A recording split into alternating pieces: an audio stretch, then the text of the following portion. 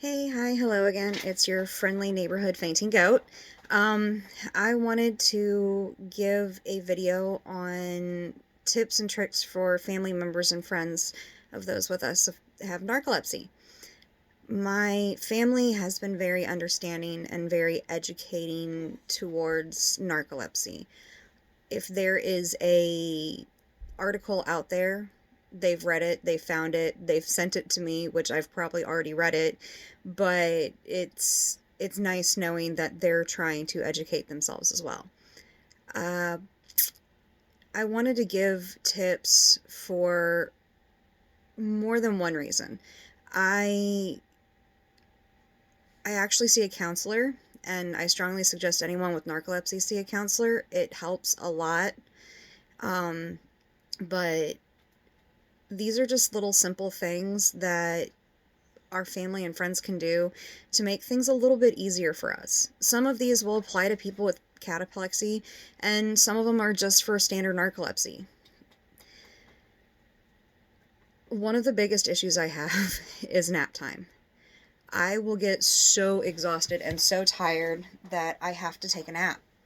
And I hate it, and I turn into a slight toddler because I feel like I'm going to be missing out on time with my friends, my family, events that are going on. Take the time to reassure the ones you care about, your narcolepsy members, that they're not going to be missing out on anything, that they will be able to rejoin the fun, rejoin the excitement as soon as their nap is over with. But their nap is more important than them sitting there exhausted, falling asleep in the chair, which can be dangerous. Sometimes we need people to remind us that we have to take care of our safety and our health before we actually feel normal. And that's the other thing. Try to make it feel like they're as normal as possible. Because, yes, this is a neurological disease. There is something wrong with our brains. But we still want to feel like we're normal, everyday people. I cannot tell you how many times I sit there and I've thought, I am not a functioning human. I am not a functioning adult. And it kills me and it drives me nuts. But then my mom treats me like something just like she always has. She gives me a hard time about me falling asleep at the table and reminds me that if I need to take a nap, there's a living room, not the table is not the place for it. And my boyfriend will sit there and tell me, go take a nap, or, you know what, you're being cranky. Go take a nap and I will deal with you afterwards. We'll still have our arguments. We'll still have joke around and laugh. And if I have a cataplexy episode, like a minor one, he'll continue on like it never happened. And that makes me feel so much better because then I don't feel like I'm a freak of nature. The next one is for cataplexy people. I know cataplexy can be terrifying for people watching it happen. And for those of us experiencing it, it can be kind of scary at times too. So, the biggest thing is make sure that when we fall, we're not going to hit our heads. I've fallen in the shower on a couple of occasions. I have a shower chair now because of it. Um, it is terrifying knowing that you are falling, realizing that you are falling and you have no control over your body. You can't stop it. You're just melting. I ended up with severe bruises on my knees and on my armpit because I flung my arm out as I fell to try and catch myself on something so I didn't fall and hit my head in the shower. Make sure we do not hit our heads. I cannot stress that enough. If you are able to catch the person and slowly lower them to the ground, that's amazing.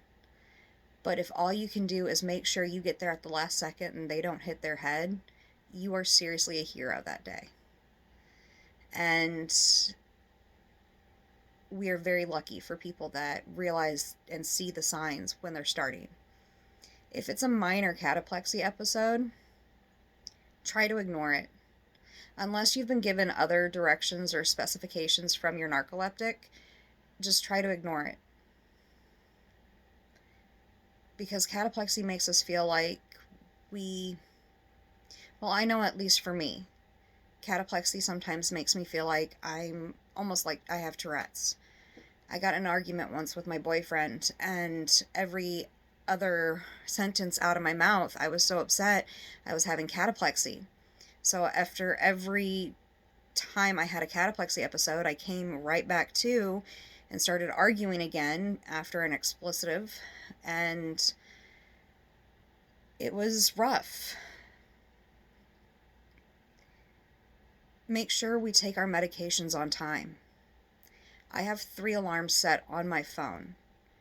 My boyfriend watches the clock like a hawk to make sure I take my medicines. Because our stimulants need to be taken at the same time every day in order for us to function properly. And even then, the stimulants do not completely wake us up. There are some that respond very well to the stimulants, and for them, I am so happy. But then you have people like me who are still in the process of trying to find the right medication, and it's very difficult. The best way I can describe how we feel while we're taking the stimulants is you take a big holiday weekend and then you go to work the Monday afterwards and you're dragging and you're exhausted, but you're just making it through that day on autopilot. That's kind of how it feels. All the time. Every day. No matter how much we sleep. And do me a huge favor.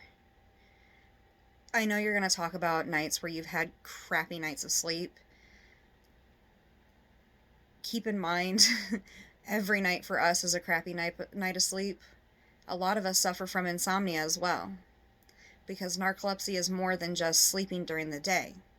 Our brain tells us at night when we're supposed to be sleeping that we're supposed to be awake, and during the day when we're supposed to be awake that we're supposed to be asleep.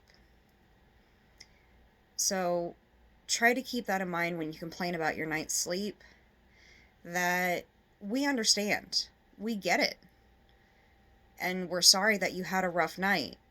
But also try to keep in account that that's pretty much our daily life.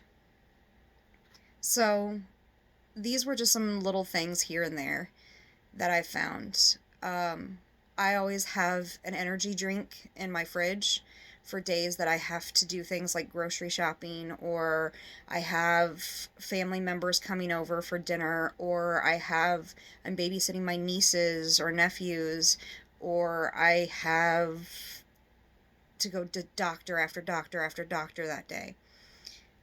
Energy drinks help, but remember, they're not great for your heart, so try and limit yourself on them. I only use them for days that I really have to be awake. And make sure you tell everybody how much this actually does affect you. Do not suffer in silence. The only way we can make narcolepsy more noticeable and more aware is by talking about it. That's why I'm doing this project. I'm talking about it because I've had so many people tell me they don't know what it is, and I figured the best way for educating is when I learn something, I share it. Now you can find me on Instagram, or you can just watch these here. I am trying to stay as honest as I can. My depression has been a little bit better, but I've been on a different medication and I'm seeing a counselor. If you have narcolepsy and you suffer from anxiety, depression, what have you, go talk to someone. Your mental health is just as important as your physical health. And if you love someone that has this, remind them of that. But, alright guys, I think that's pretty much it. I'm out. This was your friendly neighborhood narcoleptic. Hope you have a good one.